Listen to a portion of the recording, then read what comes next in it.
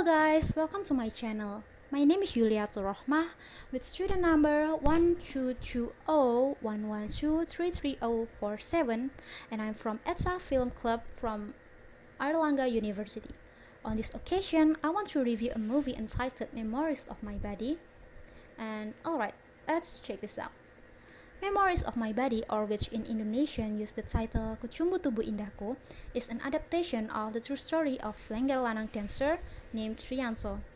It is an incredibly unique film from Indonesia, and the film won various awards which led this film to become a representative of Indonesian film in various international events. This film is widely known by people of Indonesia because of its controversy about promoting LGBT, which is, in my opinion, is only by certain parties, and therefore, let's discuss truthfully how the facts really are. Is it true that this film is promoting LGBT? Alright, before going to the storyline, maybe we need to at least know about the ins and outs of this film. Memories of My Body is an Indonesian film released in 2018. This film was directed by Karin Nugroho and produced by Iva Isfansyah, featuring talented actors such as Muhammad Han as adult Juno, Randy Pangalila as a boxer, Raditya Evandra as young Juno, Teuku Rifnu as the regent, Rianto as a dancer, and many others.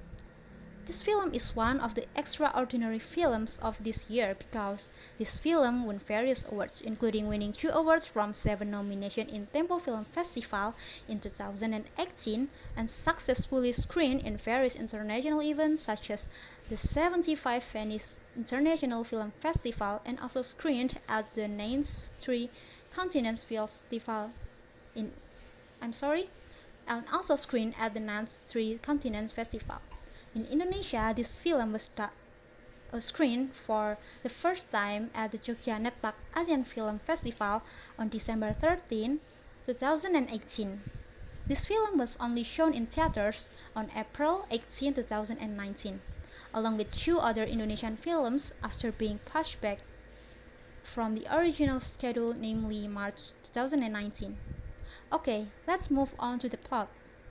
This film tells the story of a young man named Juno who has various traumas in his life. Maybe you have read the issue of the accession of LGBT in this film. Well, I guess it's not only you because I have heard of it too.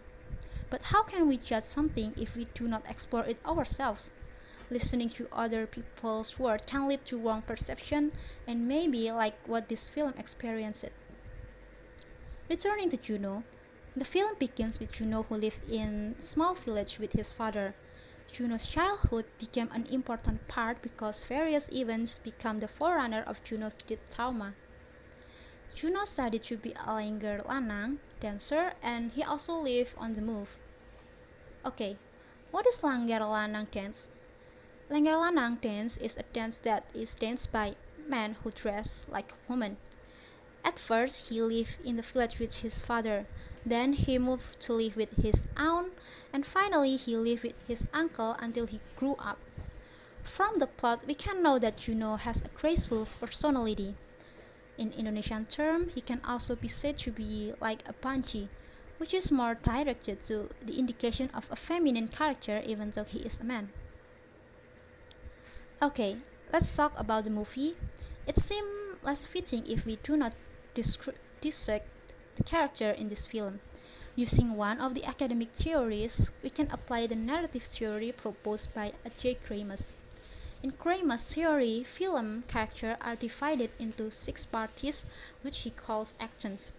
Actants themselves consist of subject, object, sender, receiver, and opponent. In the film Memories of My Body, the subject, the sender, and the receiver are the same person, which is Juno himself. Juno becomes a character who is looking for an object in the form of his identity. He becomes the sender because he himself decides the mission, and on the other hand, he is also a receiver because he is the one who ultimately carries out the mission of self-discovery. After those 3 actions, we thought, what about the other 3 actions? Okay, the object of Juno's mission is his identity. Juno, who from a young age lacked of affection, apparently made him not have a role model, and this has an impact on his quiet nature and in the end makes him inclined to be feminine. Then the helper for Juno are Aun, who accepts Juno to live with, the uncle who takes care of Juno until he grow up, and Warok who sincerely accepts Juno's personality as he is. On the other hand, Juno's opponent in this film is the regent who deliberately forced Juno to have an illicit relationship, and that is no less important.